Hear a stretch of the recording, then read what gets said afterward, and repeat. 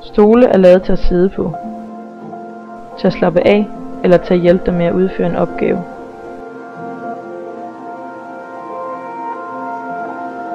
De udgør din position. De tilbyder dig et sted, et område, en lokation på en bredere og længere skala.